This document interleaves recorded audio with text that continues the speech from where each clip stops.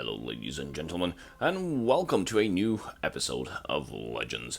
Tonight on the show, we are going to take a look at Eye of the Restless Storm's Midgro Dagoth deck, which I like to call Q-Tab Enter, and a couple of you guys will understand the reference. It's basically one way to quit a game. You drop the console, press Q, press Tab for auto completion on quit, and hit the Enter key. And this is basically what this deck does to your opponents. So it's a Midgro deck. It involves some new cards. There's also a change that Eye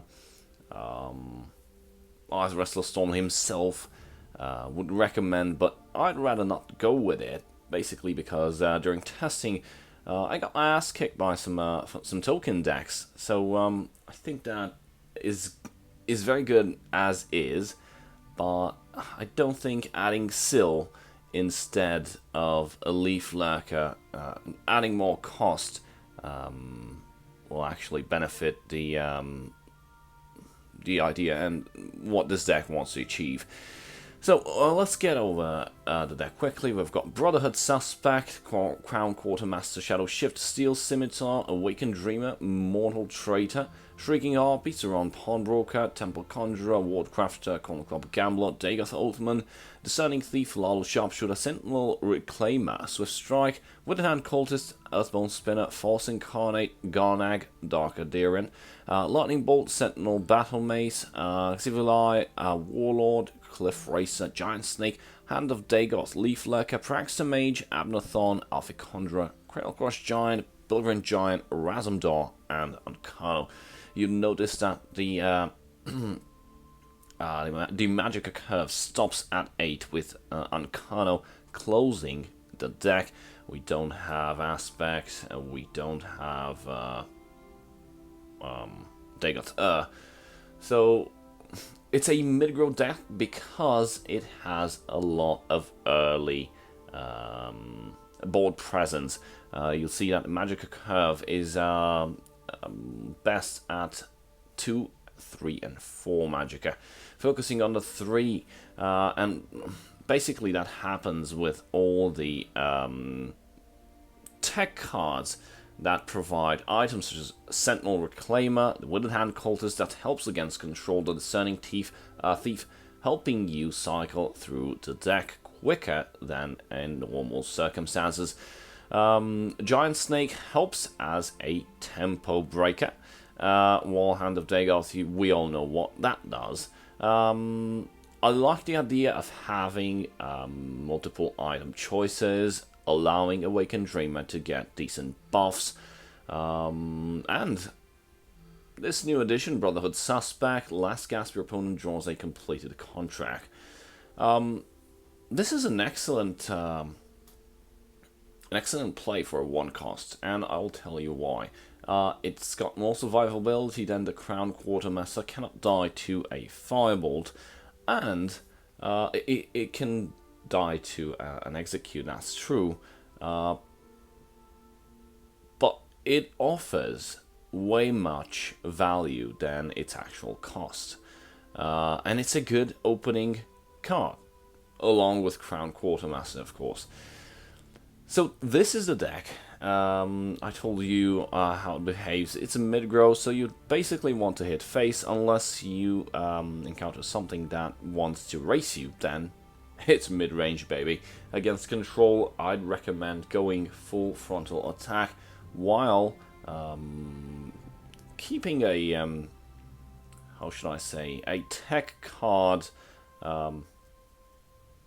imagery of what you should expect and what to keep in hand in order to play to counteract what a control deck might be playing. So definitely you want to keep an Earthbone Spin and not waste it early on I don't know, a Barrow Stalker or God knows what. So these are some cards that are great into silencing those Dark Seductresses. Maybe even, let's say, Vivek, as we've seen Vivek lately. Yeah, people have been starting playing Vivek again. I think, due to the invasion still being around. So Vivek is a good choice if you want to survive, to push for that extra lethal, just in case your opponent decides to go berserk. So, let's see how it does. We're already into rank 3, so this should be interesting.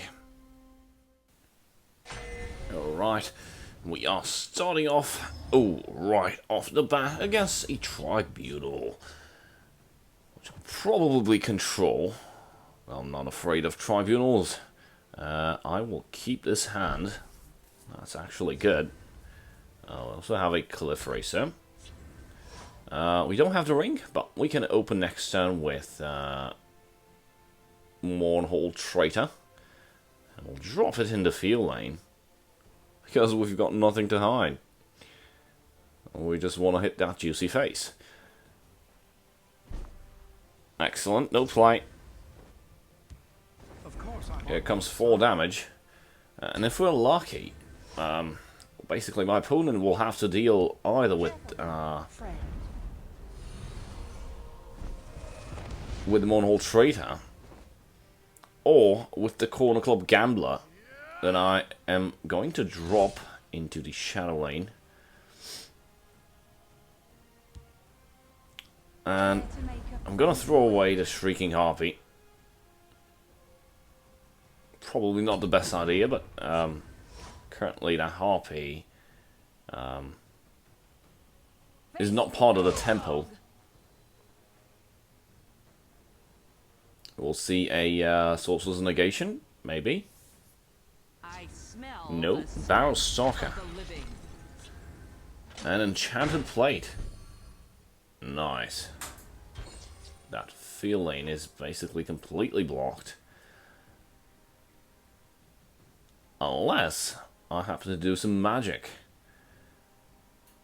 And I can force my opponent into using and trading both of his cards. Although that Barrel Stalker will still be alive. But I'm gonna apply ward, deal damage, and then apply ward again. So this will... Actually, I'm gonna clear that field lane. Although the Mournhold Traitor will spawn a 2-on guard for my opponent.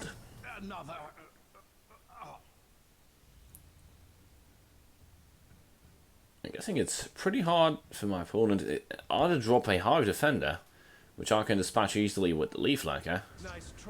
Nope, Elusive Schemer. Elusive Schemer.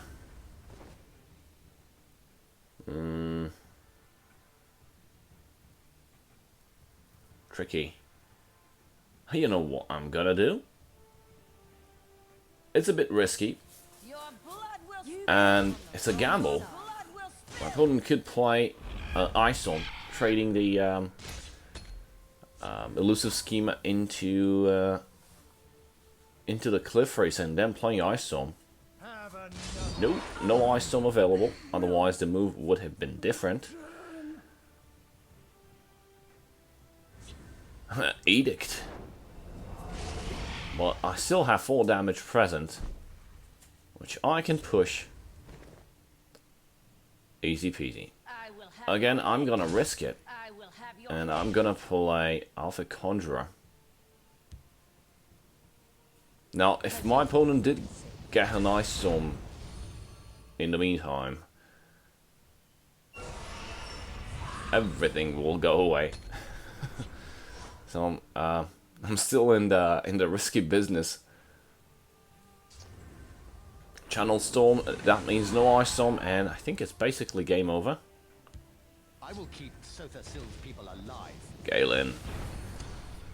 Okay. I think we can call it a good game.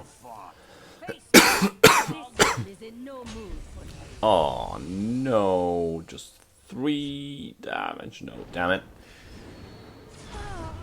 Oh boy.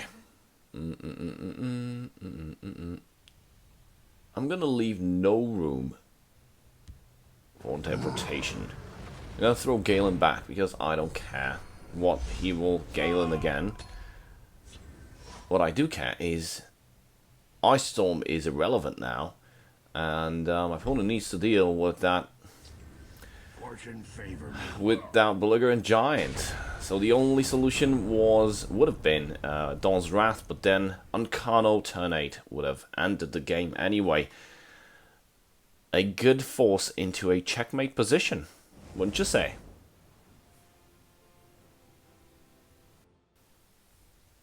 Okay, we are back. Game number 2. I think after this I'll have to basically put my phone to charge. Otherwise, we risk stopping right there. And we don't want that. These matches take a little time. Hello to you too, sir. I think I can get like 4 or 5 matches for a good lengthy video. Not to overextend it.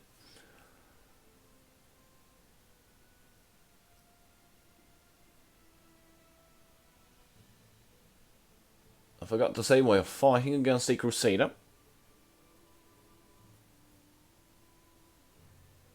And for some reason, after saying hello, something has happened.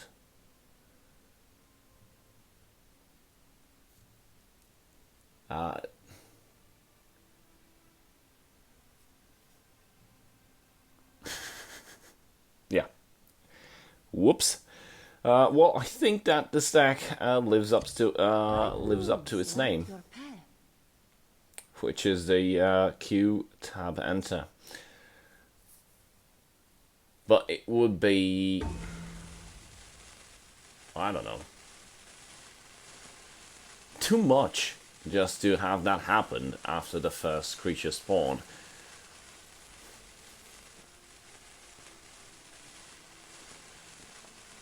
But it looks like this is exactly what will happen, and if nothing happens right now, I'm just gonna take the board all for myself. Yep. Mortal Traitor. Intimidating since Elder Scrolls Legends launched, I think. Surprise! Is Mortal Traitor a core set card? Oh. It has been an engaging... A very good game. It ended after turn 1. So, I think we can submit this to the contest of winning before turn 3. Ooh. Game number 3, and we are fighting against a fellow Dagoth player.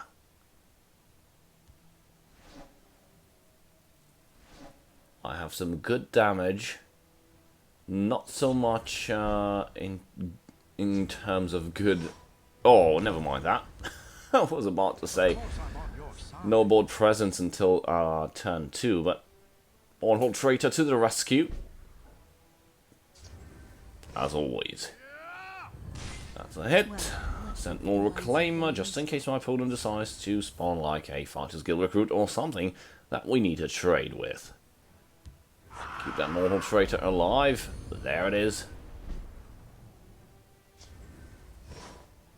So we're gonna trade that. Deal 4 damage, and we are gonna drop Discerning Thief. Basically, next turn, I can drop... that's just wasting cards, I think. Okay, I'm going to trade with those. Too slow. But I'm gonna drop the Prankster Mage. Here you've been looking for. So that's 9 damage next turn, unless my opponent finds a way to deal with the Mortal Traitor. And after that, I think I'm going to drop Hand of Dagoth. It's pretty safe to do that. And I don't fear any silences. Ooh!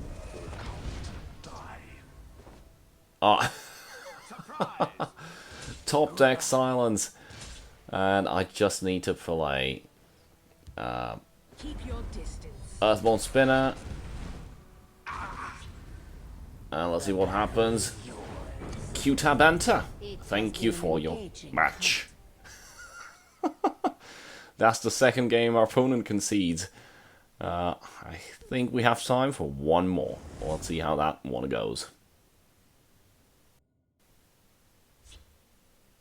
And I guess we just took almost all the archetypes we could find and count on ladder. Oh, this is a keeper. This is excellent. And we also have the ring. So we fought against a control tribunal. We fought against an aggro, I think, aggro crusader. We've also played against a mid-range, I think it was mid-range Dagoth. And now we are facing a Telvanni, which could be mid-range, or it could be control. That's an interesting play. Surprise! I'll drop the Discerning Thief and try to deal with that. quicker than your eyes. That's drain, and that's not good. We're gonna break a rune.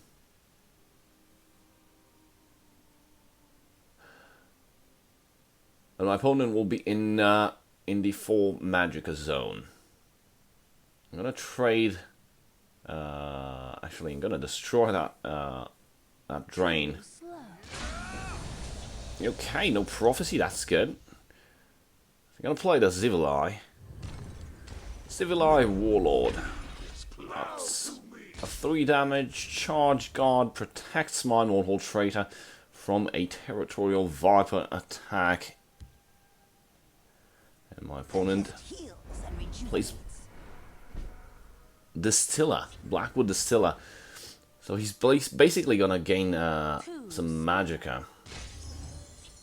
But he's actually not going to. Because we will be hitting face for 7. And then we'll just silence it. So what he can only do is trade. But gain nothing from that. Except, yeah, reducing an incoming 3 damage to face. I fight with the fervor of the wild hunt. My opponent is down to just 12 HP, and that's 7 damage in the field lane. Plus an additional 3, that's 10 damage. My opponent will be left with just 2 damage if he does not find a way to deal with the board. It's a 5 Magicka zone. Ice Storm is 1 Magicka away, so we need to be careful about that.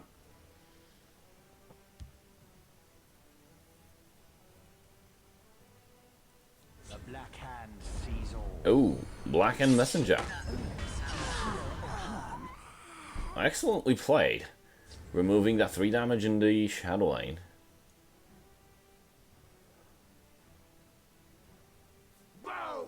Didn't see this coming, eh?